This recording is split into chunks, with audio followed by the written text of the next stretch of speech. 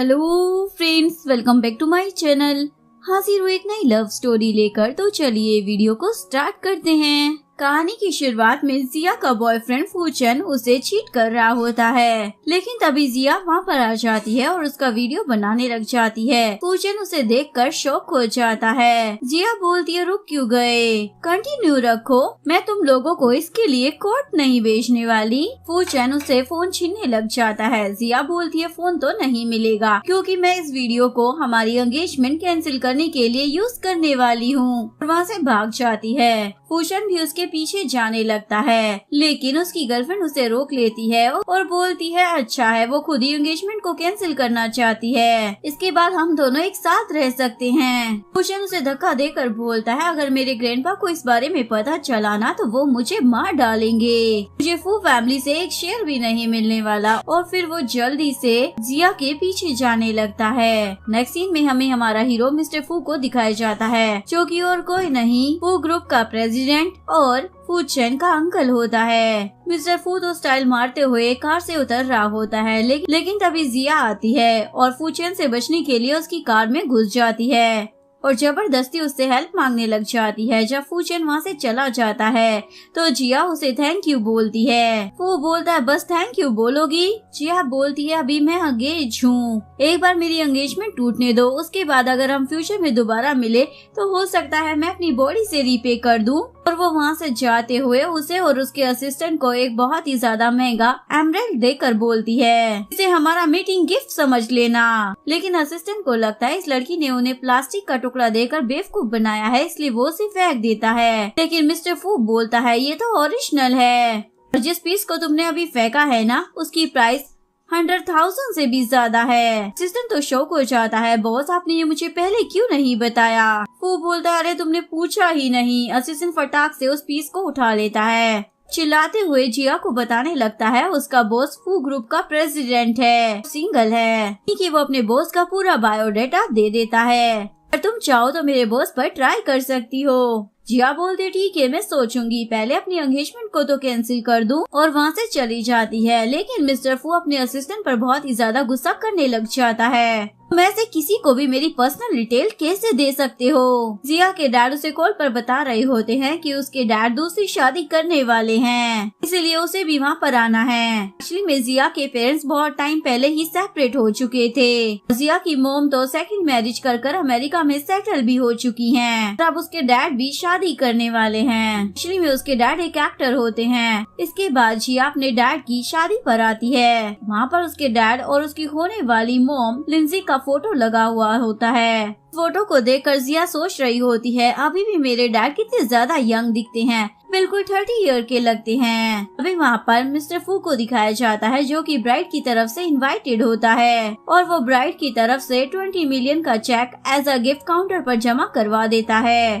तभी वहाँ पर लिंग आ जाता है और फू से जिया के डैड की बुराई करने लग जाता है। एक्चुअली में लिंजी और फू बचपन के बेस्ट फ्रेंड होते हैं। लिंजी तो मिस्टर फू को पसंद भी करती थी, लेकिन जब मिस्टर फू ने उसे कोई भाव ही नहीं दिया, लिंजी ने भी उस पर गिव अप कर दिया और उसके बाद उसे जिया के डैड से प्यार हो गया, जो उसे 10 साल बड़े होते हैं। लिंग बोलता है, पता नहीं मेरी कजन ने उस बुड्ढे में क्या देख लिया, वो बुड्ढा तो तुम्हारी उंगली के बराबर भी नहीं है, पता नहीं फिर भी वो उसी से शादी कर रही है, थोड़ी तो तुम दोनों की लगती थी, एकदम बढ़िया। जिया भी ये सब कुछ सुन लेती है और उसके पास आकर बोलती है, क्या ये सारी बातें तुम एक्टर गुहान के बारे में बात कर रहे हो?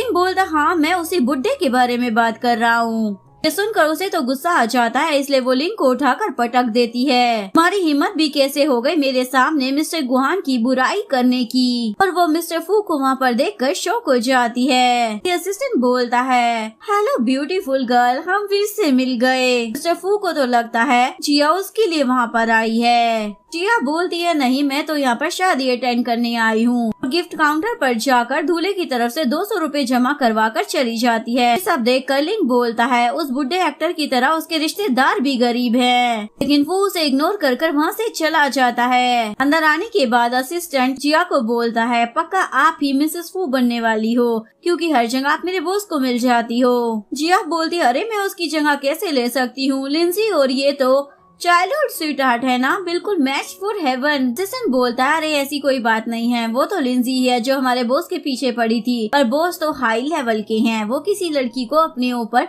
लाइन मारने ही नहीं देते, इसलिए बेचारी लिंजी ने गिव अप ही कर दिया। जिया बोलती है इसका मतलब तुम्हारा बॉस अपनी एक्स गर्लफ्रेंड की शादी में आया है। अरे बेचारे को उसकी बंदी ने डंप कर दिया।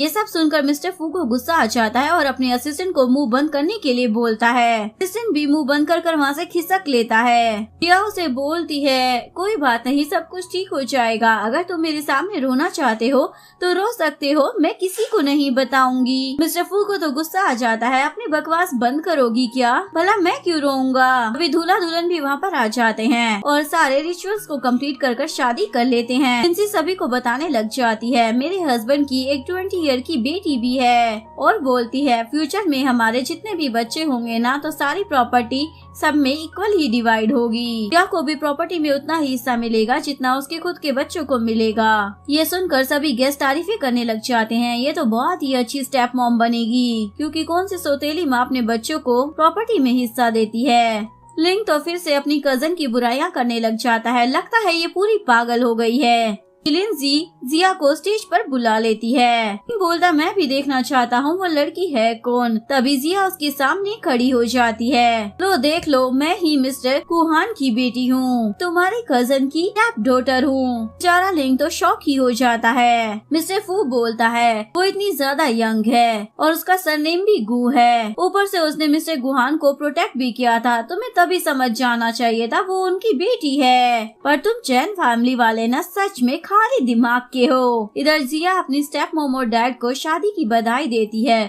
और वही कॉस्टली वाला पत्थर उन्हें दोनों को पकड़ा देती है और वो वहाँ से जाने लगती है। तभी बारिश होने लग जाती है। तभी लिंग वहाँ पर अपनी बहन फाई के साथ आ जाता है और जिया को बुली करने लग जाता है, तुम कितनी ज्यादा गरीब हो ना, तुम्हारे पास कार तो छोड़ो एक छाता भी नहीं है। जिया भी उसे अच्छा खासा सुना देती है। फाई उसे चाटा लगाने वाली होती है, लेकिन जिया जानकर नीचे गिर जाती है और नाटक करना चालू कर देती है, प्लीज मुझे मत मारो ना, मुझे मालूम है तुम लोग मुझे पसंद नहीं करते हो, मैं अपनी लिटिल मॉम को भी बोल दूंगी कि मुझे उनका एक पैसा भी नहीं चाहिए, मैं सब कुछ तुम्हें देने के लिए बोल दूंगी और मुझे मारो मत।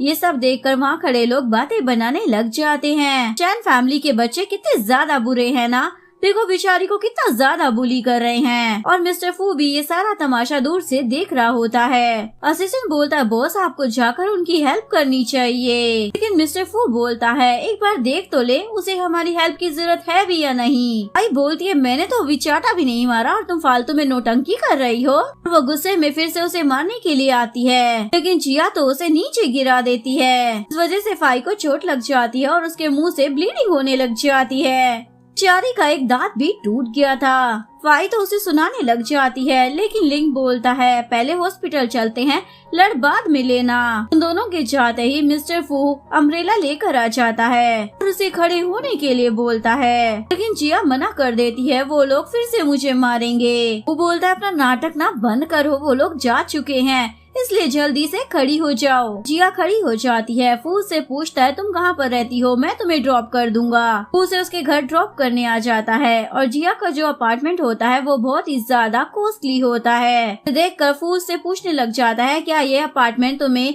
लिंजी ने गिफ्ट किया है। जिया बोलती है नहीं, ये मैंने 3 साल पहले खुद ही खरीदा था। फू सोचने लग जाता है ये इतने ज्यादा महंगे अपार्टमेंट में रहती है, इवन इसके पास मिलियंस की कीमत वाले स्टोन भी हैं, इसके पास इतना ज्यादा पैसा आया कहाँ से, कहीं ये कोई गलत काम तो नहीं करती।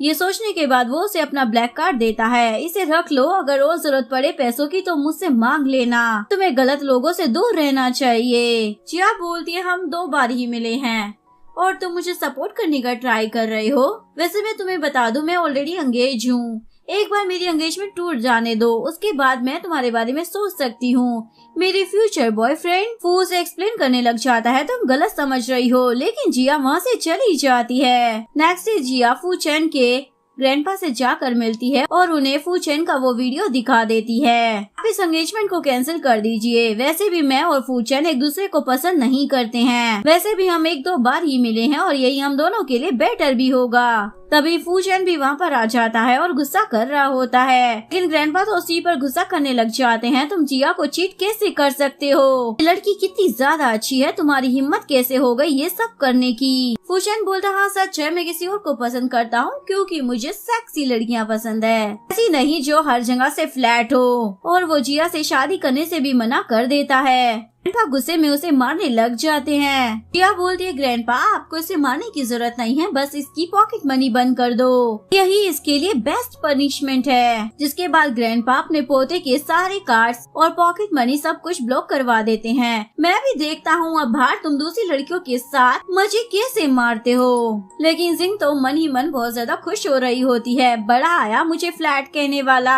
अब तुझे पता चलेगा मैं क्या चीज हूँ। फूचेन तो गुस्से में वहाँ से चला जाता है। ग्रैंडपा तो जिया से माफी मांगने लग जाते हैं। मेरा ये पोता तो बास्टर निकला, लेकिन मेरा एक छोटा बेटा भी है जो बहुत ही अच्छा है, तुमसे थोड़ा सा बड़ा है पर सारी फू फैमिली को वही संभालता है। ऊपर से वो टैलेंटेड भी है, तो क्यों ना तुम दोनों शादी कर लो।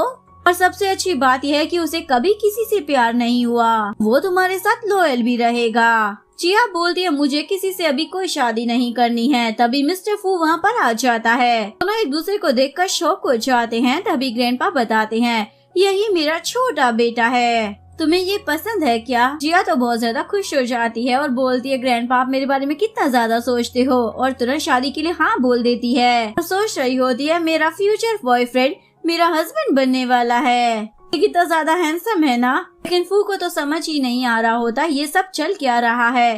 ग्रैंडपा बताते हैं, मैंने जिया के ग्रैंडपा को प्रॉमिस किया था कि मैं अपने पोते की शादी जिया के साथ करवाऊंगा, पर फूचेन तो एक नंबर का धोखेबाज निकला, इसलिए अब तुम्हें ही इससे शादी करनी पड़ेगी, वरना हमारी फैमिली की रेपुटेशन मार्केट में खराब हो जाएगी। और अब मैं ऊपर जाकर अपने दोस्त को क्या जवाब दूंगा। सारी कहानी सुनने के बाद फू भी शादी के लिए मान जाता है। ये सुनकर ग्रैंडपा तो बहुत ज्यादा खुश हो जाते हैं और बोलते हैं, तुरंत जाकर मैरिज सर्टिफिकेट ले लो। जिया तो शौक हो जाती है, इतनी भी जल्दी क्या है। ग्रैंडपा बोलते हैं, नेक काम में देरी नहीं करनी चाहिए। नेक्स्ट सीन में ये दोनों मैरिज सर्टिफिकेट ले लेते हैं। जिया बोलती है, मैंने कभी नहीं सोचा था मेरी शादी ऐसे होगी। वो बोलता है, मैं तुमसे शादी नहीं करना चाहता था, पर मेरी एज शादी की हो गई थी और मैं नहीं चाहता था मेरे डैड मेरे लिए परेशान हो, इसीलिए मजबूरी में आकर मैंने तुमसे शादी की है। और दोनों कंडीशन रखते हैं, भले ही वो लोग कपल हैं, पर दोनों ही एक दूसरे की लाइफ में इंटरफेयर नहीं करेंगे, बस उन्हें दूसरों के सामने अच्छे कपल होने का प्रिटेंड करना है। और उसे अपना ब्लैक कार्ड देते हुए बोलता है, अब तुम मेरी वाइफ हो तो तुम इसे ले सकती हो। जिया उसे थैंक्स बोलती है और इसके बाद फू अपने रास्ते चला जाता है। इधर हमें फूचेन को दिखाया जाता है। पैसों के बिना उसकी कंडीशन किसी भिखारी से कम नहीं थी। वो अपने अंकल मिस्टर फू के ऑफिस में आ जाता है। फू उसे डांटने लग जाता है, ऐसे कपड़े पहनकर तुम्हें कंपनी में किसने घुसने दिया। फूचेन बोलता है, मुझे ऐसे कपड़े पहनने का कोई शौक नहीं है, और उसे अपनी पूरी कहानी सुनाने लग जाता है। जिया ने उसकी इंटीमेट की वीडियो ग्रैंडपा को दिखा दी और उसी की वजह से ग्रैंडपा ने मेरे सारे कार्ड्स को ब्लॉक करवा दिया। मेरे पास तो खाने तक के पैसे नहीं हैं, मैंने कितने दिनों से खाना नहीं खाया। ये सब सुनने के बाद मिस्टर फू अपने असिस्टेंट को बुलाता है और उससे उसका बेल्ट मांगता है। असिस्टेंट तो शौक हो जाता है, पर बॉस को मना कैसे कर सकता था। उस बेल्ट से फू तो फूचेन की पिटाई करने लग जाता है क्योंकि उसे गुस्सा आ रहा था। इसकी वजह से मुझे शादी करनी पड़ी, तुम्हारी हिम्मत कैसे हो गई बिना शादी किए अपनी गर्लफ्रेंड के साथ इंटीमेट होने की, और तुम्हारी वजह से जिया को कंपनसेट करने के लिए मुझे उससे शादी करनी पड़ी, और अब वो तुम्हारी आंटी बन गई है, इसलिए तुम उसकी रिस्पेक्ट करना। सुनकर फूचेन तो उसके पैर पकड़ने लग जाता है। मुझे माफ करना, मेरी वजह से आपको दुनिया की सबसे खड़ूस लड़की से शादी करनी पड़ी, पर आप तो इस सिटी के सबसे डिमांडिंग बैचलर है, तो आपने उस लड़की से शादी क्यों कर ली? ऐसा आपने उसमें क्या देख लिया? सिर्फ उसे याद दिलाता है, अब वो तुम्हारी आंटी है।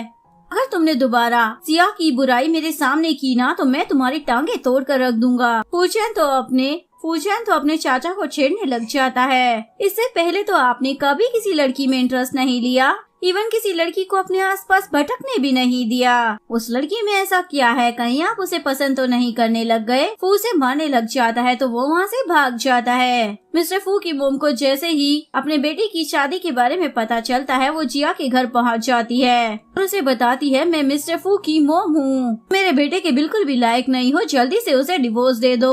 एक्चुअली मैं वो अपने बेटे की शादी किसी अमीर खानदान में कराना चाहती थी। जिया बोलती है, मैं तो इस शादी से बहुत ज्यादा खुश हूँ, अगर आपको कोई प्रॉब्लम है तो आप अपने बेटे से जाकर बात कर सकती हो, अगर वो डिवोर्स देना चाहता है तो मुझे भी कोई प्रॉब्लम नहीं है। सासू मोम बोलती है, तुम ये सब पैसों के लिए कर रही हो ना, और उसे 50 मिलियन ऑफर कर देती है। जिया भी उन्हें कार्ड दे देती है, इसमें इतना पैसा है कि आप अपनी पूरी लाइफ बिता सकती हैं।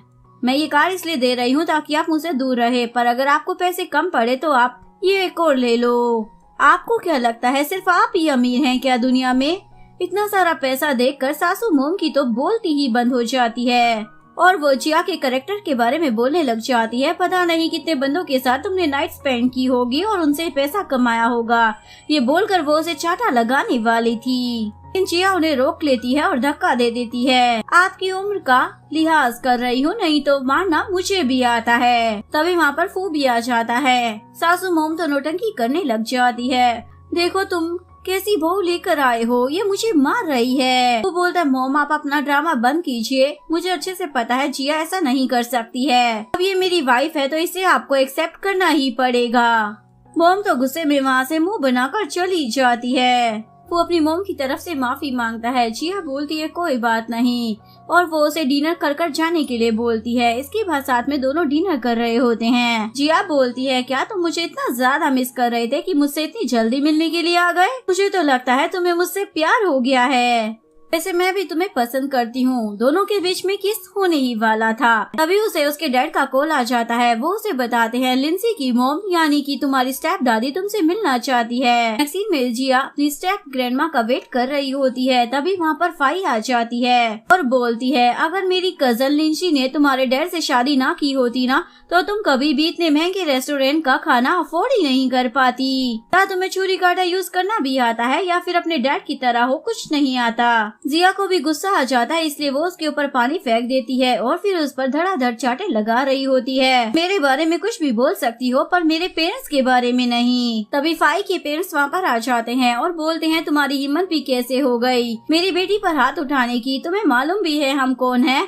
हम चाहे ना तुम्हारी मोम और डैड का तुरंत तलाक करवा सकते हैं। जिया बोलती है, ठीक है करवा दीजिए ना, मैं खुद अपने डैड का ख्याल रख सकती हूँ। तभी स्टेप दादी भी वहाँ पर आ जाती है और बोलती है, जिया मेरी पोती है, तुम्हारी हिम्मत भी कैसे हो गई उसे बुली करने की? आई शिकायत करने लग जाती है, पहले इसने मुझे बुली किया है। दादी बोलती है, नोटंकी मत करो, मुझे सब मालूम है किसने स्टार्ट किया है। और फिर वो फाई के डैड को पैसे देकर बोलती है, इससे अपनी बेटी का इलाज करवा लेना, और जिया के साथ वहाँ से चली जाती है। और फिर वो जिया से माफी मांगती है, मुझे आने में देर हो गई, मुझे नहीं मालूम था मेरे फैमिली मेंबर्स तुम्हें ऐसे बुली करेंगे। जिसके बाद ये दोनों ढेर सारी शॉपिंग कर आ जाते हैं। जिया को भी अच्छा लग रहा होता है, उसकी स्टेप दादी होने के बावजूद बहुत ही अच्छे से ध्यान रख रही थी। जैसे ही वो लोग घर आते हैं, स्टेप दादी बताती है, मैं तुम्हारे लिए एक विला खरीदने वाली हूँ। जिया बोलती है, मुझे मालूम है आप मुझसे बहुत ज्यादा प्यार करती हैं, लेकिन मेरे पास ऑलरेडी घर है, इसलिए आपको देने की जरूरत नहीं है। और अगर आप मुझे कुछ देना चाहती हो तो कार दे सकती हो, क्योंकि मेरे पास कार नहीं है। जिसके बाद वो फटाफट अपने असिस्टेंट को कॉल कर सबसे महंगी कार ऑर्डर करने को बोल देती है। जिया उन्हें स्टोन देकर बोलती है, ये मेरी तरफ से आपके लिए गिफ्ट है। स्टेप दादी बोलती है, ये तो बहुत ज्यादा कॉस्टली है ना, तुम्हारे पास कहाँ से आया? जिया बताती है, मेरे ग्रैंडपा ने मुझे दिया था और ऐसे मेरे पास बहुत सारे है। ग्रैंडमा भी बहुत ज्यादा खुश हो जाती हैं। नेक्स्ट सीन में वो अपनी फ्रेंड के साथ एक क्लब में होती है। उसकी फ्रेंड बोलती है, तुमने शादी कर ली और मुझे बताया भी नहीं? क्या बोलती है, अचानक से हो गई। उसकी फ्रेंड वॉशरूम जाने लगती है, वहाँ पर लिंग आ जाता है और उसकी दोस्त के साथ बदतमीजी करने लग जाता है। अभी वहाँ पर जिया आ जाती है और उसके सर पर बोतल फोड़ देती है। अपनी फ्रेंड से पूछती है, बताओ मुझे इसने कौन से हाथ से तुम्हें टच किया है? लेकिन उसकी फ्रेंड बहुत ज्यादा डरी हुई होती है, इसलिए वो कुछ भी नहीं बोलती।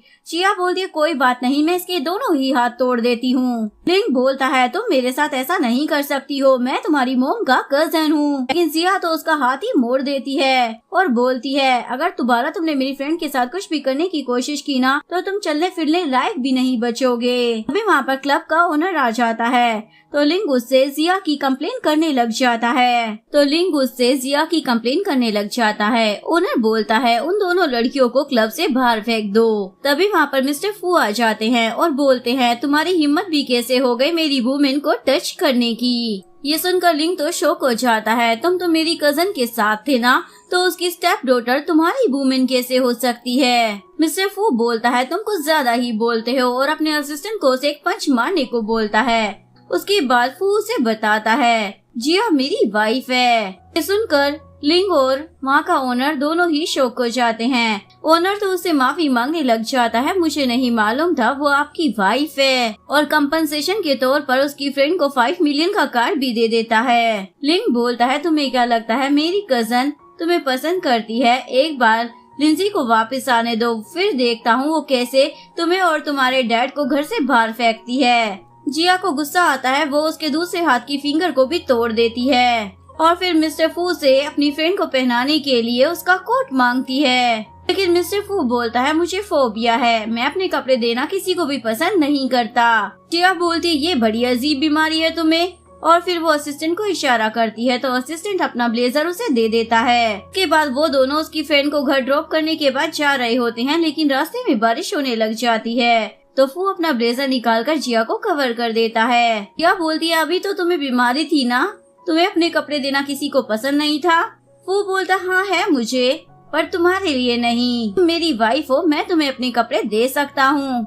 इसके बाद दोनों घर पहुँच जाते हैं। जिया फू को आज रात उसी के घर रहने के लिए बोल रही होती है क्योंकि बाहर तेज बारिश हो रही होती है। अभी उसका असिस्टेंट उसका सामान लेकर वहाँ पर आ जाता है। ये देखकर जिया तो हैरान हो जाती है, इस बंदे ने पहले से ही सब कुछ प्लान कर रखा हुआ था क्या। और फिर वो अपना सामान लेकर कपड़े चेंज करने के लिए चला जाता है और फिर वो बाथरूम में वापस आता है। जिया तो बस उसे देखती ही रह जाती है और उसे ड्रिंक ऑफर करती है। इतने दिन हो गए हमारी शादी को, लेकिन हमें सेलिब्रेट करने का मौका ही नहीं मिला, और वो उसे टच करने लग जाती है। फू उसे दूर हटा देता है। क्या बोलती है क्या हुआ, मैं अपने हस्बैंड के साथ ही तो फ्लर्ट कर रही हूँ, और वैसे भी ये सब करने के लिए तुम बहुत ज्यादा ओल्ड हो गए हो। बुरा शब्द सुनकर फू को तो गुस्सा आ जाता है, इतना बड़ा भी नहीं हूँ मैं, इसलिए वो उसे सुनाकर अपने रूम में चला जाता है। लेकिन नेक्स्ट मॉर्निंग उसने जिया के लिए कॉफी तैयार कर रखी होती है और एक प्यारा सा नोट भी छोड़ कर गया था। उसे देखकर जिया तो बहुत ज्यादा खुश हो जाती है। तभी उसे उसके डैड का कॉल आ जाता है, वो उसे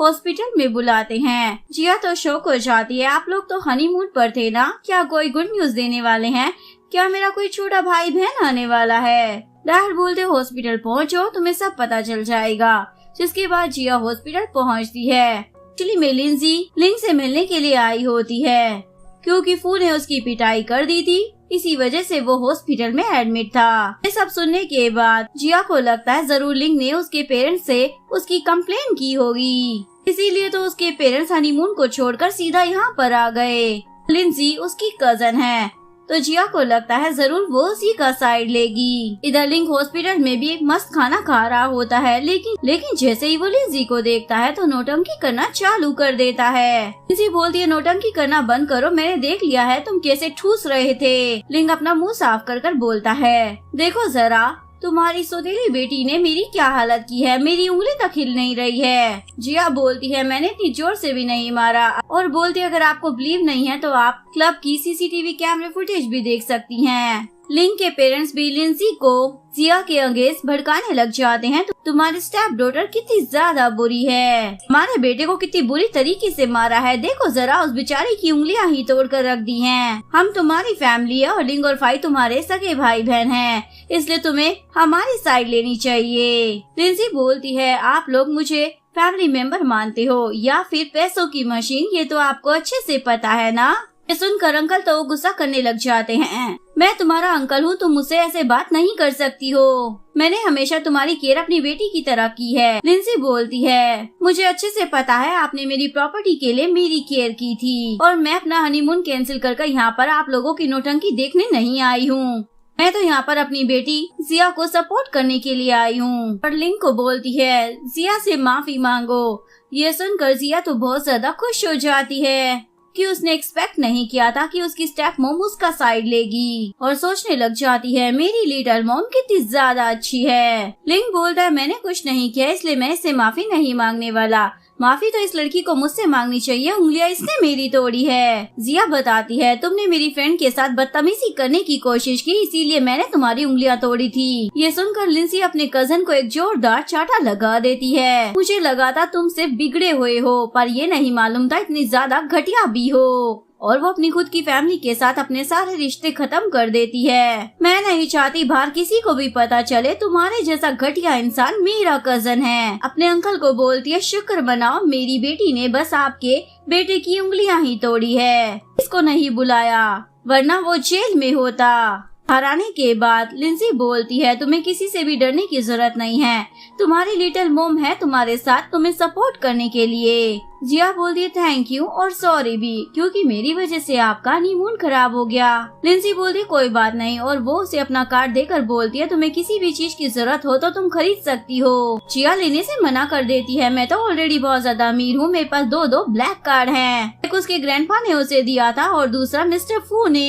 ये सुनकर लिंसी तो शौक हो जाती है मिस्टर फू ने भला कार्ड तुम्हें क्यों दिया, और अपनी बेटी को समझाती है तुम अभी जवान हो और ऊपर से सुंदर भी हो, लड़के तो तुम्हारे पीछे भागेंगे ही, तुम्हें ही उन लोगों से दूर रहना चाहिए। जरूर वो मिस्टर फू तुम्हें पटाना चाहता है, इसीलिए तुम्हें पैसों का लालच दिया है। वो हैंडसम और रिच तो है, लेकिन एज अ बॉयफ्रेंड बिल्कुल भी अच्छा नहीं है, इसलिए तुम्हें उससे दूर रहना चाहिए। उनके वहाँ से जाते ही जिया सोचती है अभी तो मैंने इन्हें बताया ही नहीं, जिस आदमी से ये मुझे दूर रहने के लिए बोल रही है उससे मैंने शादी कर ली है, पता नहीं क्या होगा। और जल्दी से मिस्टर फू को मैसेज करती है मेरी मोम वहाँ पर आने वाली है, और साथ ही मना कर देती है कि अभी वो उन दोनों की शादी के बारे में उसकी मोम को ना बताए। लिंसी गुस्से में वहाँ पर आ जाती है और फू को सुनाने लग जाती है तुम मुझसे शादी नहीं कर पाए और अब मेरे दामाद बनना चाहते हो। चलो ठीक है मुझे कोई प्रॉब्लम नहीं है, पर तुम्हें मुझे मॉम कहकर बुलाना होगा ताकि मुझे यकीन हो जाए कि तुम मेरे क्लोज आने के लिए मेरी बेटी का इस्तेमाल नहीं कर रहे हो। मिस्टर फू बोलता है अब तुम्हारी शादी हो गई है तो इसलिए फालतू की बकवास मत करो। इसे बोलती है क्या तुम वुमेनाइजर बनने का ट्राई कर रहे हो। वो बोलता हाँ क्या तुम्हें जलन हो रही है क्योंकि मैंने तुम्हें भाव नहीं दिया। बोलती है मुझे क्यों जलन होने लग गई, वैसे भी अब मैं अपने हस्बैंड से प्यार करती हूँ क्योंकि वो बहुत ही ज्यादा मैच्योर पर्सन है। और हाँ अगर तुम्हें हैंग आउट करने का ज्यादा मन कर रहा है तो दूसरी लड़कियों के साथ करो, मेरी बेटी से दूर रहना, ये बात अपने भेजे में घुसा लो। बोलता है अगर मुझे शादी करनी होगी ना तो मैं किसी अमीर खानदान की लड़की से करूँगा, जिया से तो बिल्कुल भी नहीं, वैसे भी अब वो तुम्हारी बेटी है। लिंसी बोलती यानी तुम कहना चाहते हो मेरी बेटी बदसूरत है। अरे हाँ तुम कहाँ दूसरों की खूबसूरती को देख सकते हो क्योंकि तुम तो खुद अंधे हो ना। तुमने मेरी बेटी को अपना ब्लैक कार्ड क्यों दिया है, बताओ तुम्हारे क्या इरादे हैं। मिस्टर फू झूठ बोल देता है वो शादी वाले दिन मुझे पता चला वो तुम्हारी बेटी है इसलिए मैंने उसे ऐसे ही ब्लैक कार्ड दे दिया। लिंसी बोलती है गिफ्ट है तो कोई प्रॉब्लम नहीं है, पर याद रखना तुम 30 साल के बुढ़े हो चुके हो, मैं नहीं चाहती मेरी बेटी तुम्हारे जैसे बुढ़े को डेट करे। वो बोलता मुझे क्या बोल रही हो, अपने आप को देखो, तुम्हारा खुद का हस्बैंड तो तुमसे 10 साल बड़ा है। लिंसी उसे वार्न करती है तुम बस मेरी बेटी से दूर रहो और वहाँ से चली जाती है। तभी असिस्टेंट आकर फू को टीज करने लग जाता है बॉस आज नहीं तो कल आपको लिंसी को मोम कहना ही पड़ेगा, तो अच्छा रहता आज ही बोल देते, ज्यादा इंसल्ट तो नहीं होती आपकी।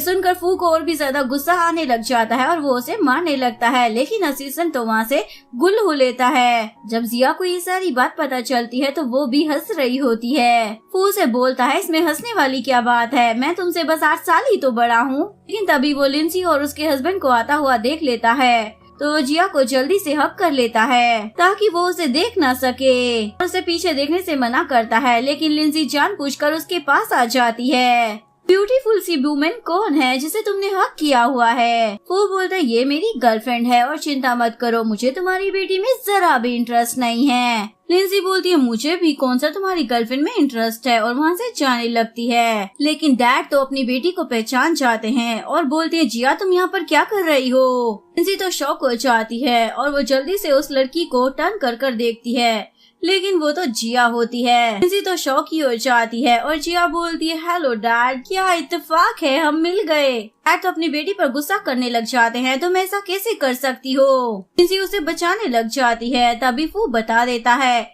अब वो लोग कपल हैं। ये सुनकर डैड को गुस्सा आ जाता है, तुम होते कौन हो मेरी बेटी को डेट करने वाले, मुझे तुम दोनों का ये रिश्ता मंजूर नहीं है, तुरंत ब्रेकअप कर लो। जिया बताती है, डैड पर हम दोनों ने तो मैरिज सर्टिफिकेट भी ले लिया है। डैड को तो गुस्सा आ जाता है, इतना बड़ा डिसीजन तुमने मुझसे बिना पूछे ही ले लिया, एक बार बताना भी जरूरी नहीं समझा, मर गया था क्या मैं। और उसे थप्पड़ मारने वाले होते हैं, लेकिन तभी फू उसे रोक लेता है, मेरी वाइफ है इसलिए आप भी उसे टच नहीं कर सकते हो। डैड बोलते, किसकी वाइफ हो, मेरी बेटी है। और दोनों की बहस शुरू हो जाती है। जिया फू को समझाती है, तुम्हें थोड़ा शांत रहना चाहिए, वैसे भी वो तुम्हारे फादर इन लॉ हैं। नेक्स्ट सीन में सारे घर पर होते हैं और साइलेंट मोड में बैठे होते हैं। जिया अपने पेरेंट्स को सब कुछ समझाती है कैसे उसकी और फू की शादी हो गई और अब ये लिंजी से प्यार नहीं करता और ना ही इसने लिंजी से बदला लेने के लिए मुझसे शादी की है। लिंजी बोलती, हाँ मुझे अच्छे से पता है, क्योंकि वही थी जो मिस्टर फू के पीछे पड़ी हुई थी। मिस्टर फू ने तो कभी मुझे भाव ही नहीं दिया और मुझे तो मिस्टर फू को थैंक यू बोलना चाहिए जो उसने मुझे कभी पसंद नहीं किया। अगर वो मुझे पसंद कर लेता तो मैं तुम्हारे डैड से कैसे मिल पाती। और डैड को किस करने लग जाती है और फू को बोलती है, मैं तो ये सोच रही हूँ जिसके पीछे मैं घूमती रहती थी, अब वो मुझे मोम कहकर बुलाएगा तो कैसा लगेगा। मिस्टर फू को तुरंत मोम कहने के लिए बोल देती है, लेकिन फू मना कर देता है। डैड उस पर गुस्सा करने लग जाते हैं, लिंजी अब तुम्हारी सासू मोम है तो तुम उनसे ऐसे बात नहीं कर सकते हो। अगर तुम चाहते हो कि हम तुम्हारी शादी को एक्सेप्ट कर ले तो जल्दी से मुझे डैड और इसे मोम कहकर बुलाओ, साथ ही टी सर्व करो, वरना तुम दोनों का डाइवोर्स तो पक्का। के बाद जिया फू को टी देती है और जल्दी से उसे सर्व करने के लिए बोलती है। फू को मजबूरन करना भी पड़ता है। लिंजी बोलती है, ये कैसे सर्व कर रहे हो, हमारा कोई नाम नहीं है क्या, इतने बड़े हो गए हो पर अकल बिल्कुल भी नहीं है। फू को दोनों को मोम डैड कहकर टी सर्व करना पड़ता है। इस पर वो दोनों हंसने लग जाते हैं और बोलती है, हमारा दामाद कितना अच्छा है। जिया फू को वहाँ से ले जाने लगती है, इससे पहले उसे और बुली होना पड़े, लेकिन तभी पीछे से मोम डैड हंसने लग जाते हैं। ये देखकर फू पीछे मुड़कर देखता है। उसकी सासू मोम बोलती है, क्या हुआ दामाद जी, कुछ बात करनी है क्या। फू को बहुत ज्यादा गुस्सा आता है, लेकिन कुछ नहीं कर सकता था इसलिए वहाँ से चला जाता है। नेक्स्ट सीन में जिया अपनी फ्रेंड के साथ शॉपिंग कर रही होती है, तभी उसे वहाँ पर एक ड्रेस पसंद आ जाती है। मैनेजर बताता है ये 1 मिलियन की है, तो जिया उस ड्रेस को पैक करने के लिए बोल देती है। तभी वहाँ पर मिस्टर फू की एक्स फियांसी पहुँच जाती है, जिसके साथ मिस्टर फू की मोम उसकी शादी कराना चाहती थी। वो बोलती है, तुम्हारे जैसे गरीब लोग ऐसी महंगी ड्रेसों को अफोर्ड नहीं कर सकते हैं, सुना नहीं क्या तुमने, ये ड्रेस 1 मिलियन की है। और उस ड्रेस को खुद लेने लग जाती है। जिया की दोस्त बोलती है, इस शो पर पहले हम आए थे और वो ड्रेस भी पहले हमने देखी थी, इसलिए हम ही उसे पहले खरीदेंगे। मैं तुम्हें बता दूं, मेरी फ्रेंड इतनी ज्यादा रिच है ना, वो 1 मिलियन की क्या 20 मिलियन की भी ड्रेस को खरीद सकती है। शाओ की मोम गुस्से में उसे चाटा लगा देती है और मैनेजर को बोलते हैं, इन दोनों लड़कियों को यहाँ से बाहर फेंक दो। लेकिन तभी जिया शाओ को चाटा लगा देती है, तुम्हारी मोम की हिम्मत भी कैसे हो गई मेरी फ्रेंड को चाटा लगाने की, और मैं इस शॉप को खरीद लूंगी अगर तुम लोग नहीं चाहते हो कि सिक्योरिटी गार्ड तुम लोगों को यहाँ से धक्के मारकर बाहर निकाले तो खुद ही यहाँ से चले जाओ। शाह बोलती है, क्या कहा, तुम इस शॉप को खरीदोगी, तुम्हें मालूम भी है इसकी कीमत कितनी है, 100 मिलियन से भी ज्यादा। मैनेजर बोलता है, शाह यहाँ की VIP कस्टमर है, और जिया को बोलता है, तुम यहाँ से दफा हो जाओ। अभी वहाँ पर मिस्टर फू भी आ जाता है। शाह तो उसके चिपकने लग जाती है, लेकिन मिस्टर फू उसे साइड करता है और जिया के पास आ जाता है। जिया उसे बोलती है, ये शॉप तुरंत मेरे लिए खरीदो। शाह तो उसे सुनाने लग जाती है, तुम्हें मालूम भी है ये कौन है, मेरे होने वाला हस्बैंड और इस सिटी का सबसे रईस बंदा, तुम इससे ऐसे कैसे बात कर सकती हो, है तुम्हें मजाक चखाना ही होगा। और वो उसे मारने वाली होती है, लेकिन तभी असिस्टेंट उसे ही एक चाटा लगा देता है। शाह की मोम तो गुस्सा करने लग जाती है, मेरी बेटी की शादी तुमसे होने वाली है और तुम अपनी होने वाली वाइफ की पिटाई अपने असिस्टेंट से करवा रहे हो। मिस्टर फू बोलता है आपका जो भी लेना देना है वो मेरी मॉम के साथ है, मेरे साथ नहीं। वैसे मेरी शादी हो चुकी है और जिया मेरी वाइफ है। शाओ जिया को सुनाने लग जाती है, जरूर तुमने मिस्टर फू को सीड्यूस किया होगा। ये सुनकर फू को गुस्सा आता है और अपने असिस्टेंट को बोलता है शाओ ग्रुप को बैंकरप्ट करा दो। ये सुनकर मॉम तो डर जाती है और तुरंत माफी मांगकर अपनी बेटी को लेकर वहाँ से खिसक लेती है और उसके बाद वो मैनेजर की क्लास लगाता है। मेरी वाइफ इस शॉप को खरीदना चाहती है तो जल्दी से अपने बॉस से बात कर लो और जो कपड़े मेरी वाइफ को पसंद आए हैं वो सारे पैक कर दो। जिया तो बहुत ज्यादा खुश हो जाती है। ऐसे ही जिया घर आती है, मिस्टर फू के लिए पानी लेकर आती है लेकिन गलती से वो उसी के ऊपर गिरा देती है। जिया सॉरी बोलने लग जाती है। मिस्टर फू बोलता है कोई बात नहीं और अपनी शर्ट को निकालने लग जाता है। जिया तो उसकी बॉडी को बस ताड़े जा रही होती है, तो सोचती है कितना हैंडसम है ना ये, इसकी मसल्स देखो। स्टेप ग्रैंडमा उससे मिलने के लिए आ जाती है लेकिन वो मिस्टर फू को उसके घर में बाथरूम में देखकर शॉक हो जाती है और वो अपनी पोती से पूछने लग जाती है ये यहाँ पर क्या कर रहा है। फू को डांटने लग जाती है, तुम इतने ज्यादा बुढ़े हो चुके हो, तुम मेरी पोती को फंसा रहे हो, तुम्हें शर्म नहीं आती है क्या। मिस्टर फू ने बताने की कोशिश करता है जैसा आप सोच रही हो और समझ रही हो वैसा कुछ भी नहीं है। ग्रैंडमा को कहाँ समझ आ रहा था, वो तो बस अपनी कहानी सुनाई जा रही होती है। तो फू को भी गुस्सा आ जाता है, इसलिए बोलता है मैं इतना ज्यादा बुढ़ा भी नहीं हूँ, बस 30 साल का ही तो हूँ और आप डबल स्टैंडर्ड कैसे हो सकती हैं? आपकी खुद की बेटी ने तो अपनी उम्र से 10 साल बड़े आदमी से शादी की है, तो फिर मैं तो जिया से सिर्फ 8 साल ही बड़ा हूँ। ग्रैंडमा बोलती है वो दोनों एक दूसरे से प्यार करते हैं लेकिन अगर तुमने मेरी पोती को चीट किया तो। वो बोलता है इसके पास चीट करने लायक है ही क्या जो मैं इसे चीट करूँगा। ग्रैंडमा बोलती है मेरी पोती इतनी ज्यादा सुंदर और यंग है, अगर कहीं तुमने उसका इस्तेमाल करके छोड़ दिया तो। बोलती है मुझे ग्रैंडमा कहकर मत बुलाओ, मैं बस तुमसे उम्र में थोड़ी सी बड़ी हूँ। मिस्टर फू बोलता है मैंने जिया के साथ शादी कर ली है और मैरिज सर्टिफिकेट भी ले लिया है, इसलिए मैं आपको ग्रैंडमा कहकर बुला सकता हूँ। ये सुनकर ग्रैंडमा तो शौक हो जाती है। इसके बाद जिया अपनी ग्रैंडमा को सारी कहानी समझा देती है। मॉम डैड को भी इस बारे में पता चल गया है और उन्हें हमारी शादी से कोई प्रॉब्लम नहीं है। ग्रैंडमा बोलती है अच्छा है, अगर उन्हें प्रॉब्लम नहीं है तो मैं बोलने वाली होती कौन हूँ। और मिस्टर फू को बोलती है तुम मुझे ग्रैंडमा कहकर नहीं बुला सकते, आंटी कहकर ही बोलना, क्योंकि मैं इतनी ज्यादा भी बुढ़ी नहीं हुई हूँ। मिस्टर फू तो एम्बेरस होने लग जाता है। अभी उसका असिस्टेंट उसके कपड़े लेकर वहाँ पर आ जाता है तो मिस्टर फू उस पर गुस्सा करने लग जाता है। असिस्टेंट बोलता है बॉस मैंने कुछ नहीं सुना। ग्रैंडमा जिया को बताती है मैंने तुम्हारे लिए घर गाड़ी बंगला सब कुछ तैयार कर दिया है, ये सब कुछ मेरी तरफ से तुम्हारे लिए गिफ्ट है शादी का। जिया तो इमोशनल होकर उन्हें हक करने लग जाती है। नेक्स्ट सीन में फू जिया का वेट कर रहा होता है क्योंकि आज उसके डैड की बर्थडे पार्टी होती है। तभी जिया वहाँ पर वही वाला ड्रेस पहन कर आती है जो मिस्टर फू ने उसके लिए खरीदा था। वो तो अपनी आंखें फाड़ कर बस उसे देखने लग जाता है क्योंकि जिया बहुत ही ज्यादा खूबसूरत लग रही होती है। इवन असिस्टेंट भी उसकी तारीफें करने लग जाता है। जैसे ही वो लोग पार्टी में पहुंचते हैं शाओ और उसकी फैमिली भी वहाँ पर आई होती है। जिया ग्रैंडपा को बर्थडे विश करती है। ग्रैंडपा बोलते हैं तुम मुझे ग्रैंडपा क्यों कह रही हो, अब तुम मुझे डैड कह सकती हो। जिया ग्रैंडपा को गिफ्ट देती है तो उसकी सासू मॉम बोलने लग जाती है कितना गंदा डिब्बा है, जरा ध्यान से खोलना कहीं इसमें कुछ उल्टा फुल्टा ना हो। पर ग्रैंडपा अपनी वाइफ की बातों को इग्नोर मारकर उस डब्बे को खोलते हैं और उसमें जंगली जिंक्शन होता है जो कि बहुत ज्यादा कॉस्टली और 100 मिलियन पुराना होता है। उसे देखकर फू चेन तो हैरान हो जाता है और वो जिया की बहुत ज्यादा तारीफें करने लग जाता है। उसकी सासू मॉम की शक्ल ही उतर जाती है लेकिन उनके पति जिया को थैंक्स बोलते हैं।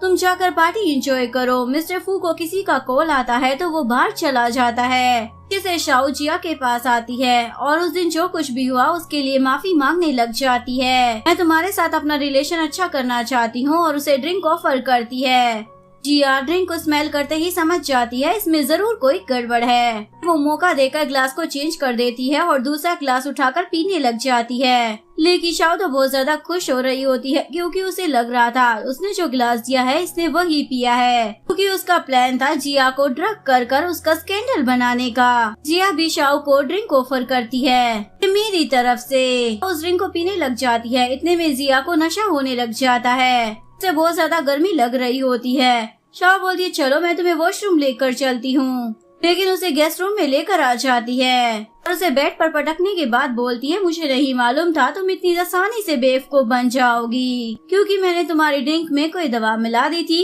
और मैं जल्दी तुम्हारे रूम में एक बंदा भी भेज रही हूँ। फिर देखना उसके बाद क्या न्यूज बनेगी। मिस्टर फू की वाइफ किसी और बंदे के पास हैंग आउट करते हुए पकड़ी गई। के बाद मिस्टर फू भी तुम्हें नहीं छोड़ेगा और उसे एंजॉय करने का बोल कर जाने लगती है, लेकिन तभी उसे चक्कर आने लग जाते हैं। जिया तुरंत खड़ी हो जाती है और उसे बोलती है, मेरे साथ जो करना चाहती थी ना वो तुमने खुद अपने साथ कर लिया। और उसे बोलती है, अब जो भी तुम्हारे साथ होगा ना उसके लिए तुम खुद जिम्मेदार हो। ये बोलकर वो तो वहाँ से चली जाती है। शाओ का सेट किया हुआ बंदा असिस्टेंट के पास जाता है और बोलता है, मिस्टर फू ने आपको रूम में बुलाया है। असिस्टेंट जैसे ही वहाँ पर जाता है शाओ उसे अंदर खींच लेती है। वही बंदा सभी को आकर बताता है, जिया किसी बंदे के साथ गेस्ट रूम में है। जिसके बाद सभी लोग गेस्ट रूम के पास पहुँच जाते हैं। सभी दरवाजे को खोलने वाले थे, लेकिन फू वहाँ पर आ जाता है और बोलता है, अंदर जो कुछ भी हो रहा है मुझे उससे कोई फर्क नहीं पड़ता है। उसकी मोम उसे सुनाने लग जाती है, तुम्हारी वाइफ अंदर दूसरे आदमी के साथ है और तुम्हें कोई फर्क नहीं पड़ता। फू तो अभी भी अपनी वाइफ को प्रोटेक्ट कर रहा होता है, लेकिन तभी उसे जिया का मैसेज आता है, वहाँ से हट जाओ, अंदर सभी के लिए सरप्राइज है। के बाद मिस्टर फू हट जाता है। सभी लोग अंदर आते हैं। अंदर वो लोग शाओ और असिस्टेंट को एक साथ देखकर शॉक हो जाते हैं और इस तरह शाओ खुद के बनाए हुए प्लान में खुद ही फंस जाती है। शाओ की मोम तो उस पर गुस्सा करने लग जाती है, तुम इस असिस्टेंट के साथ कैसे सो सकती हो। असिस्टेंट तो रोने लग जाता है, बॉस इसमें मेरी कोई भी गलती नहीं है, इसने मेरे साथ जबरदस्ती की है। ये मेरा फर्स्ट टाइम था, लेकिन इसने मेरी इज्जत लूट ली। आपको मेरे साथ इंसाफ करना ही होगा। को तो ये सब देखकर बहुत ज्यादा हंसी आ रही होती है, लेकिन ऐसे तैसे कर वो अपनी हंसी को कंट्रोल करता है और शाओ को बोलता है, तुम ऐसे कैसे किसी भी लड़के का फायदा उठा सकती हो, अब तुम्हें इसकी रिस्पॉन्सिबिलिटी लेनी ही पड़ेगी। और बोलता है, वैसे भी असिस्टेंट अभी तक सिंगल है तो क्यों ना ये दोनों शादी कर ले। लेकिन शाओ तो मना कर देती है। शाओ बोलती है, मैं इससे शादी नहीं करने वाली, मैं होश में नहीं थी, वरना मैं इसके साथ कभी ऐसा कुछ नहीं करती। और असिस्टेंट को बोलती है, अपनी एक्टिंग करना बंद करो, बताओ कितने पैसे चाहिए, मैं तुम्हें दे दूंगी। असिस्टेंट बोलता है, कोई बात नहीं मिस शाओ, मैं आपको फोर्स नहीं करूँगा और मुझे आपसे पैसे नहीं चाहिए क्योंकि पैसे तो मेरे पास बहुत है। मिस्टर फू बोलता है, भले ही ये मेरा असिस्टेंट है, लेकिन मैं इसे अपना भाई समझता हूँ, इसलिए तुम इसकी इंसल्ट नहीं कर सकती, यहाँ से दफा हो जाओ। शाओ बोलती है, मैंने कुछ भी नहीं किया है, ये सब उस जिया का किया हुआ है, मैं उसे छोड़ूंगी नहीं। पर उसकी मोम उसे जबरदस्ती वहाँ से लेकर चली जाती है। असिस्टेंट तो फिर से चिल्लाने लग जाता है, अब मुझसे कौन शादी करेगा। वो बोलता है, बस अब एक्टिंग करना बंद भी करो। उसके बाद वो जिया से उस बारे में पूछता है जो अंदर रूम में हुआ था। जिया बोलती है, क्या तुम्हें सच में यकीन हो गया था कि मैं अंदर किसी और के साथ रूम में हूँ। वो बोलता है, मुझे तुम पर यकीन है, पर मैंने डोर इसलिए ब्लॉक किया था क्योंकि मुझे लगा कि कोई हमें फंसाना चाहता है और हमारी शादी भले ही रियल ना हो पर तुम मेरी वाइफ हो, इसलिए मुझे तुम्हें प्रोटेक्ट करना ही था। क्या बोलती है, ये सब कुछ उस शाओ का किया धरा है, मुझे फंसाकर मेरा स्कैंडल बनाना चाहती थी। वो बोलता, तुमने अच्छा किया, उसे बड़ा अच्छा मजाक चखाया, लेकिन तुम्हारे चक्कर में मेरा असिस्टेंट बलि का बकरा बन गया। जिया बोलती है, मुझे नहीं पता था शाओ ने असिस्टेंट को वहाँ पर मेरे लिए सेट किया था, अगर मुझे पहले से पता होता तो मैं तुम्हारे असिस्टेंट को वहाँ पर नहीं जाने देती। तभी कार में से असिस्टेंट बोलता है, कोई बात नहीं मैडम, वैसे भी मैंने बॉस की तरह अच्छा परफॉर्म नहीं किया। लेकिन फू तो उसे चुप करा देता है और शर्माने लग जाता है। नेक्स्ट सीन में फू चैन घर से चोरी छुपे निकल रहा होता है, लेकिन तभी वो जिया से टकरा जाता है। जिया पूछती है, तुम छुप के कहाँ जा रहे थे। फू चैन बोलता है, धीरे नहीं बोल सकती क्या, ग्रैंडपा ने सुन लिया तो वो मेरी क्लास लगा देंगे। मैं रेसिंग के लिए जा रहा था, लेकिन अब मुझे नहीं लगता कि मैं कर भी पाऊंगा क्योंकि उसके पैर पर चोट लग गई थी। क्या बोलती है, चलो मैं तुम्हारी हेल्प कर देती हूँ, क्योंकि उसे भी बाइक रेसिंग का बहुत ज्यादा शौक होता है। वैक्सीन में जिया रेसिंग के लिए तैयार होकर आ जाती है, लेकिन फू चैन के तो तोते उड़े हुए थे, अगर अंकल को इस बारे में पता चला तो वो मुझे नहीं छोड़ेंगे। जिया बोलती है, चिंता मत करो, मैं तुम्हें हारने नहीं दूंगी। तुम्हारे हारने का मतलब फू फैमिली हार गई और फू फैमिली के हारने का मतलब मिस्टर फू हार गए और मैं मिस्टर फू को हारने नहीं दे सकती। वहाँ पर बेन आ जाता है जो काफी ज्यादा एटीट्यूड दिखा रहा होता है। कुचन उसे बताता है, मुझे चोट लगी है इसलिए मेरी जगह मेरी आंटी बाइक रेसिंग करेगी और जिया को बताता है बैन अमीर परिवार का बिगड़ा हुआ बच्चा है, अपने आगे किसी को कुछ नहीं समझता। बैन बोलता है अरे वाह, तुम्हारी आंटी तो तुमसे भी ज्यादा यंग है, वैसे तुम रेस के लिए अपनी मोम को भी ला सकते हो, मुझे कोई प्रॉब्लम नहीं है। बैन बोलता है अगर तुम्हारी आंटी हार गई ना तो 50 मिलियन देने होंगे तुम्हें, और तुम्हारी इस आंटी को बिना कपड़ों के डांस करना होगा। ये सुनकर फूचैन डर जाता है और जिया को बोलता है हम रहने देते हैं, वापस घर चलते हैं, ऊपर से मेरे पास इतने ज्यादा पैसे भी नहीं हैं, आपको तो मालूम ही है ना आंटी, ग्रैंडपा ने मेरे सारे कार्ड्स को ब्लॉक करवा दिया है और मुझे मालूम है आपके पास भी पैसे नहीं हैं। जिया बोलती है बस 50 मिलियन की बैट, 50 लाख मिलियन की बैट लगाते हैं, कैसा रहेगा। बोलती है अगर तुम अफोर्ड नहीं कर सकते हो तो कोई बात नहीं। फूचैन को बोलती है नेक्स्ट टाइम से तुम ऐसे गरीब लोगों के साथ हैंग आउट मत किया करो, क्योंकि इससे हमारी फू फैमिली की रेपुटेशन खराब हो सकती है। बैन को तो गुस्सा आ जाता है, तुम गरीब किसे बोल रही हो, और बैन चैलेंज को एक्सेप्ट कर लेता है। रेस स्टार्ट हो जाती है। फूचैन तो अपनी आंटी को बहुत ही ज्यादा चेस करने लग जाता है। जिया इस रेस में जीत जाती है। बैन की तो शक्ल ही उतर जाती है। जिया बोलती है आप पैसे कैश दोगे या फिर अकाउंट में ट्रांसफर करोगे सीधा। बैन बोलता है मेरे पास पैसे नहीं है, क्या मैं तुम्हें 3 महीनों की किश्तों में सारे पैसे चुका दूं? फूचैन बोलता है अभी तो तुम बड़ा बोल रहे थे, तुम बड़े अमीर हो, अब क्या हो गया, हवा फुस हो गई क्या? नेक्स्ट सीन में ये दोनों पार्टी कर रहे होते हैं और बहुत ज्यादा ड्रिंक कर रहे थे। फूचैन बोलता है आंटी मैं आपके लिए कुछ भी कर सकता हूँ, और अगर किसी ने मेरी आंटी से पंगा लेने की कोशिश की ना तो पहले उसे मुझसे निमटना होगा। तभी वहाँ पर एक शराबी आ जाता है जो जिया के साथ बदतमीजी करने लग जाता है, तो फूचैन भी उसे एक धर देता है। तुम्हारी हिम्मत कैसे हो गई मेरी आंटी के साथ बदतमीजी करने की? तुम्हें पता भी है अभी मेरी आंटी रेस चीट कर आई है। वो बंदा बोलता तुम्हें मालूम भी है मैं कौन हूँ? वो अपने बंदों को फूचैन की पिटाई करने के लिए बोलता है, लेकिन जिया तो सभी को धो डालती है। तुम्हारी हिम्मत कैसे हो गई मेरे भतीजे को टच करने की? वो लोग डर की मारी वहाँ से भाग जाते हैं। तभी वहाँ पर फू भी आ जाता है और इन दोनों को इतना ज्यादा टल्ली देखकर अपने साथ घर ले जाने लगता है। तभी वो बंदा अपने डैड को लेकर वहाँ पर आ जाता है और अपने डैड को बताता है इन लोगों ने ही मुझे पीटा है। लेकिन जैसे ही उसके डैड मिस्टर फू को देखते हैं तो वो अपने बेटे को ही चाटा लगा देते हैं। तुम्हें मालूम भी है ये कौन है? मिस्टर फू है, जिसकी वजह से हमारा घर चलता है। जिसके बाद उसका बेटा उससे माफी मांगने लग जाता है। मिस्टर फू से पूछते हैं क्या आप इन दोनों को जानते हैं? जिया बोलती हाँ मैं इनकी वाइफ हूँ। फू को बताती है इस बंदे ने मुझे और फूचैन को बुली किया है। फू बोलता है अगर तुमने मेरे भतीजे को बुली किया होता ना तो एक बार के लिए मैं तुम्हें छोड़ भी देता, लेकिन तुमने मेरी वाइफ से पंगा लिया है, और उस बंदे को खुद को 100 थप्पड़ मारने की पनिशमेंट दे देता है। वो बंदा खुद को चाटे लगाने लग जाता है। वो अपने असिस्टेंट को काउंट करने का बोलकर अपनी वाइफ को वहाँ से ले जाता है। वो अपनी वाइफ को घर लेकर आता है, बेड पर लिटाकर जा रहा होता है, लेकिन जिया उसे रोक लेती है और किस करने लग जाती है। वो भी कंट्रोल नहीं कर पाता, जिसके बाद ये दोनों रोमांटिक नाइट स्पेंड कर लेते हैं। इसके बाद नेक्स्ट मॉर्निंग जिया जानबूझकर चिल्लाने लग जाती है और मिस्टर फू को बोलती है तुमने मेरा एडवांटेज लिया है, ये मेरा फर्स्ट टाइम था। वो बोलता कल तुम बहुत ज्यादा ड्रंक थी और एडवांटेज मैंने तुम्हारा नहीं तुमने मेरा उठाया है, क्योंकि मेरा भी ये फर्स्ट टाइम था। या उसके साथ फ्लर्ट करने लग जाती है। चलो दोनों का फर्स्ट टाइम था तो क्यों ना दोबारा करे, क्योंकि कल जो हुआ था मुझे कुछ भी याद नहीं है। और वो फिर से उसके साथ रोमांस करने लग जाती है। नेक्स्ट सीन में दोनों फैमिली की फैमिली मीटिंग हो रही होती है और जिया की तरफ से उसकी ग्रैंड माँ आती हैं। ग्रैंड माँ और मिस्टर फू की मोम की तो बिल्कुल भी नहीं बनती थी, इसलिए दोनों यहाँ पर एक दूसरे की इंसल्ट किए जा रही होती हैं। जिया उन्हें शांत कराने की कोशिश करती है। तभी मदर इन लॉ बोलती है मुझे मालूम है तुम दोनों एक साथ नहीं रहते, क्योंकि मेरा बेटा दूसरे अपार्टमेंट में रहता है, मुझे ये बात पता है। तो ये कपल होने का नाटक तुम दोनों कब तक करने वाले हो? ग्रैंडमा बोलती है किसने कहा ये दोनों साथ नहीं रहते? जब मैं जिया के घर पर गई थी तो फू वहीं पर था और वो एकदम शर्टलेस था। उसी दिन मुझे इनकी शादी के बारे में पता चला था, वरना मैं इस शादी के लिए कभी एग्री नहीं होती। और फिर से ये दोनों औरतें लड़ने लग जाती है। तभी वहाँ पर फू आ जाता है और बोलता है सॉरी मैं आने में लेट हो गया।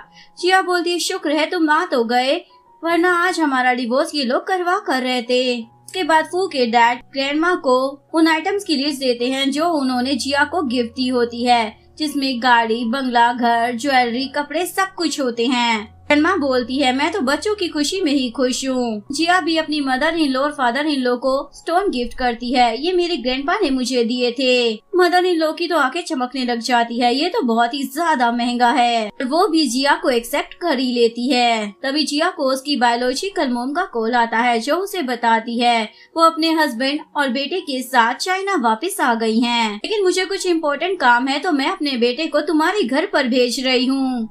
और वो जिया को अपने भाई का ख्याल रखने के लिए बोलती है। जिया तो शौक ही हो जाती है क्योंकि उसे तो पता ही नहीं था कि उसका कोई भाई भी है। उसके बाद वो अपने भाई से मिलती है जो कि 5 साल का होता है। वो बताता है मेरा नाम अन है, जब मैं बड़ा हो जाऊंगा ना तो तुमसे शादी कर लूंगा। क्योंकि जिया उसकी मोम को मोम कहकर बुला रही थी तो उसे लग रहा था उसकी मोम ने अपने लिए बहू ढूंढ ली है। या तो हंसने लग जाती है और बताती है मैं तुम्हारी बहन हूँ। उसे बताती है हमारी मोम तो सेम है लेकिन हमारे डैड अलग अलग है, यानी कि हम हाफ बायोलॉजिकल सिबलिंग्स हैं। लेकिन अन को तो कुछ भी समझ नहीं आ रहा होता। जिया बोलती अभी तुम छोटे हो, समझने की जरूरत नहीं है, जब बड़े हो जाओगे तो समझ में आ जाएगा। और उसके लिए खाना बनाने के लिए चली जाती है। विफू वहाँ पर आ जाता है, दरवाजा खोलता है और दोनों एक दूसरे को देखकर शॉक हो जाते हैं। दोनों एक दूसरे से पूछते हैं तुम कौन हो। इसके बाद डिनर की टेबल पर इन दोनों का आपस में इंट्रोडक्शन होता है और जिया ने तो बहुत सारा खाना बनाया हुआ होता है। अन पूछता है आपने इतना ज्यादा खाना क्यों बनाया है। जिया बोलती है क्योंकि तुम्हारे ब्रदर इन लोगों को खाना बहुत पसंद है। अन बोलता है क्या तुम मेरी बहन को नौकरानी समझते हो जो उससे इतना ज्यादा खाना बनवाते हो। ऐसे ही चलता रहा तो फ्यूचर में मेरी बहन तुम्हें छोड़ देगी और फिर वो मेरे साथ रहेगी। मैं उसका बहुत अच्छे से ख्याल रखूंगा। को गुस्सा आ रहा होता है लेकिन बोलता है ठीक है मैं दोबारा तुम्हारी बहन को परेशान नहीं करूंगा। इसके बाद जिया अन को बात लेने के लिए बोलती है। अन बोलता है मैं खुद से बाल नहीं धो पाता हूँ। जिया बोलती है ठीक है मैं तुम्हारी हेल्प कर दूंगी। वो बोलता है अब तुम बड़े हो चुके हो तो अपनी बहन से बाल कैसे धुआ सकते हो। अन बोलता है ब्रदर इन लो ध्यान से देखो मैं बस 5 साल का हूँ और तुम इतना ज्यादा गंदा कैसे सोच सकते हो। लेकिन मिस्टर फू बोलता है चाहे कुछ भी हो तुम्हें खुद से ही नहाना पड़ेगा। जिया बोलती है तुम इतने बड़े कंपनी के सीईओ होने के बावजूद एक बच्चे से लड़ रहे हो। वो बोलता है अरे पहले इसने शुरू किया था और मैं इसका ब्रदर इन लॉ हूँ ना तो इसे मेरी रिस्पेक्ट करनी चाहिए। जिया बोलती है ठीक है तो अपनी ब्रदर इन लॉ होने वाली ड्यूटी को पूरी करो। और उसे कपड़े पकड़ा कर बोलती है जाकर तुम इसे नहला देना। वो तो शौक ही हो जाता है लेकिन उसे जाना पड़ता है। वो उसके हेयर वॉश करने लग जाता है। अन बोलता है आराम से करो ना, मुझे मालूम है तुम मौके का फायदा उठाकर मुझे चोट पहुँचाना चाहते हो। अगर तुमने मुझे जरा सा भी बुली किया ना तो मैं अपनी बहन को तुम्हारी कंप्लेन कर दूंगा। मिस्टर फू बोलता है तुम्हारी बहन मेरी वाइफ है। अन बोलता है हमेशा थोड़ी रहेगी, जब वो तुम्हें छोड़ देगी ना तो मैं उसका ख्याल रखूंगा। फू बोलता है हमने लीगली शादी की है, मैं उसे खुद को छोड़कर नहीं जाने दूंगा। और जोर जोर से उसके बालों को खींचने लग जाता है। नहाने के बाद जैसे ही दोनों बाहर आते हैं अन सोचता है इसने मुझे अंदर बुली किया था ना, अब देखो मैं इसके साथ क्या करता हूँ। और बोलता है आप दोनों अलग अलग रूम में सोते हो, क्या ब्रदर इन लो आपको कोई हिडन बीमारी है? अगर है तो अभी मेरी बहन को डिवोर्स दे दो क्योंकि मुझे जल्द से जल्द अपने भतीजा भतीजी के साथ खेलना है जो आप मुझे नहीं दे सकते हो। वो उसे मार कर बोलता है क्या बकवास कर रहे हो बच्चे, मुझ में कोई कमी नहीं है, मैं एकदम चकाचक हूँ। अन जिया को हक कर बोलता है आज मैं आपके साथ सोऊंगा। वो उसे दूर हटाकर बोलता है तुम मेरे साथ सोओगे और उसे अपने साथ रूम में ले जाता है। और उसके सोने के बाद फू जिया के रूम में आ जाता है और उसे बोलता है तुम्हारा भाई नींद में कुछ ज्यादा ही बड़बड़ाता है, इसलिए मैं सोने के लिए यहाँ पर आ गया क्योंकि कहीं और जगह नहीं है। जिया बोलती है तो अपने घर चले जाओ ना। वो बोलता नहीं मैं तो तुम्हारे साथ ही सोऊंगा वरना सभी को लगेगा कि मैं सच में बीमार हूँ। जैसे ही वो जिया को किस करने वाला था बाहर से अनावाज लगाने लग जाता है ब्रदर इन लो आप कहाँ चले गए, मुझे वॉशरूम जाना है। फू को बहुत ज्यादा गुस्सा आ रहा था और वो बड़बड़ाते हुए वहाँ से चला जाता है। नेक्स्ट मॉर्निंग वो जिया के लिए बढ़िया सा ब्रेकफास्ट बना कर जाता है और अन को भी अपने साथ ऑफिस में लेकर आ जाता है क्योंकि अगर वो घर पर रहता तो पूरा टाइम जिया से उसकी बुराइयां ही करता रहता। असिस्टेंट बोलता आज मैं एक इम्पोर्टेंट लैंड ऑक्शन में जाने वाला हूँ। वो बोलता है मैं खुद वहाँ पर जाऊंगा, तुम इसको होमवर्क करा देना और वहाँ से चला जाता है। अनु से बोलता है तुम्हें कुछ आता ज्यादा भी है जो मेरी हेल्प करोगे। असिस्टेंट तो बड़ी बड़ी डींगे हाँकने लग जाता है तुम्हें मालूम भी है मैंने कितनी बड़ी यूनिवर्सिटी से मास्टर की डिग्री ली है, तुम्हारे जैसे छोटे से बच्चे का होमवर्क कराना कौन सी बड़ी बात है, चुटकियों में मैं तुम्हारा होमवर्क करवा दूंगा। वहीं दूसरी तरफ फू ऑक्शन में पहुंच जाता है जहाँ पर उसे शाओ मिल जाती है। शाओ बोलती है उस दिन तुमने और जिया ने मेरी बहुत ज्यादा इंसल्ट की थी, लेकिन आज इस लैंड को मैं ही खरीदूंगी। वो बोलता है तुम खुद को समझती क्या हो, बस तुम्हारे पास 8-10 मिलियन होंगे इसलिए इतना ज्यादा उछल रही हो क्या, तो मुझे कभी भी हरा नहीं सकती। शाओ बोलती है मुझे मालूम है कि मैं तुम्हारे साथ कम्पीट नहीं कर सकती, इसलिए कोई है जो मेरी हेल्प करेगा, और उसके साथ फ्लर्ट करने लग जाती है। अगर तुम रोड पर नहीं आना चाहते हो तो जिया को छोड़कर मेरे पास आ जाओ। फू बोलता है मुझे तुममें जरा भी दिलचस्पी नहीं है। तभी वहाँ पर एक लड़की आ जाती है। शाओ बोलती है ये शिन है, शाओ ग्रुप की न्यू बिजनेस पार्टनर। शिन तो फू की तारीफें करने लग जाती है। मैंने तुम्हारे बारे में बहुत ज्यादा सुना है, तुम वैसे ही दिखते हो, हैंडसम और टैलेंटेड। और मिस्टर फू को घुरने लग जाती है। मिस्टर फू को भी अजीब लग रहा होता है, ये मुझे इतना ज्यादा ताड़ क्यों रही है। इसके बाद ऑक्शन स्टार्ट हो जाता है। शाओ बोलती है मिस्टर फू खुद इस ऑक्शन में आया है इसलिए उसे हराना आसान नहीं होगा। शिन बोलती है चिंता मत करो, मैं एक ही बॉल में सारा गेम खत्म कर दूंगी। शाओ तो बहुत ज्यादा खुश हो जाती है। इसके बाद बोली लगना स्टार्ट हो जाती है। सभी लोग पीछे हट जाते हैं। एंड में फू और मिस शिन ही बचते हैं। फू सोच रहा होता है ये 5 मिलियन की प्रॉपर्टी का इतना ज्यादा हाई प्राइस क्यों लगा रही है, इससे तो इनको लॉस होगा। वो अपनी तरफ से लास्ट बोली 30 मिलियन की लगाता है, लेकिन तभी शिन 30 बिलियन की बोली लगा देती है तो सभी शॉक हो जाते हैं और शाओ के तो तोते उड़ जाते हैं क्योंकि उसके पास तो इतनी ज्यादा पैसे ही नहीं है। मिस्टर फू भी पीछे हट जाता है और बोलता है फाइनली 30 बिलियन में आपने ये प्रॉपर्टी को खरीद ही लिया। शिन बोलती है थैंक्स तो मुझे तुम्हें बोलना चाहिए, और फाइनली प्रॉपर्टी उसकी हो जाती है। सभी लोग वहाँ से चले जाते हैं तो शाओ शिन पर गुस्सा करने लग जाती है, तुम्हें इतना ज्यादा प्राइस लगाने की क्या जरूरत थी। शिन बोलती है इसमें मैं क्या कर सकती हूँ, तुमने मुझे यहाँ पर जीतने के लिए बुलाया था तो मैंने तुम्हें जिता दिया, वैसे भी इतना सा पैसा मेरे लिए कोई मायने नहीं रखता। शाओ बोलती है आपके लिए इतना पैसा मैटर नहीं करता होगा, पर हमारे शाओ ग्रुप के लिए करता है, हम तो रोड पर आ जाएंगे, हमारे पास इतना ज्यादा पैसा नहीं है। शिन बोलती है तो तुम्हें क्या लगा था मुझे और मेरी कंपनी को यूज करना इतना ज्यादा आसान है, और अगर तुम्हारे पास पैसे नहीं है तो अपना घर गाड़ी बंगला सब कुछ बेच दो, पर पैसे तो तुम्हें जमा करने ही पड़ेंगे। शाओ समझ जाती है शिन ने ये सब कुछ जानबूझकर किया है, इसलिए पूछती है आपने ये सब क्यों किया। शिन बोलती है मैं जिया की बायोलॉजिकल मॉम हूँ और मिस्टर फू की मदर इन लो। सुनते ही शाओ के पैरों तले तो जमीन ही खिसक जाती है। फिर शिन बोलती है जल्दी से पैसों का जुगाड़ कर लो वरना तुम्हारी कंपनी बैंकरप्ट हो जाएगी। मेरी बेटी और दामाद को बुली करने के लिए मैं जल्दी अपने लॉयर को भी तुम्हारे पास भेजने वाली हूँ, तैयार रहना। दूसरी तरफ असिस्टेंट की तो हालत खराब हो रखी होती है। अंतो उसे सुनाने लग जाता है तुम मेरा जरा सा तो होमवर्क करवा नहीं पाते हो तो मेरे ब्रदर इन लो की कंपनी में क्या ही हेल्प करते होंगे। जरूर मेरा ब्रदर इन लो अंधा है, पता नहीं उसने तुम्हें यहाँ पर क्यों रख रखा है। अभी वहाँ पर मिस्टर फू आ जाता है। असिस्टेंट तो रोने लग जाता है, इसने मेरा जीना हराम कर कर रखा हुआ है। मिस्टर फू बोलता है तुमसे एक बच्चा नहीं संभाला जाता, तुम तो इस बच्चे से भी बेकार हो, और असिस्टेंट को वहाँ से भेज देता है। तभी वहाँ पर फू चेन आ जाता है और पूछता है अंकल ये बच्चा किसका है, कहीं ये आपका ही तो नहीं है। फू सोचता है एक बच्चा कम था क्या संभालने के लिए जो दूसरा भी टपक पड़ा। अन बोलता है ब्रदर इन लो ये तुम्हारा बेटा है क्या। फू बोलता है तुमने सुना नहीं, उसने मुझे अंकल बोला।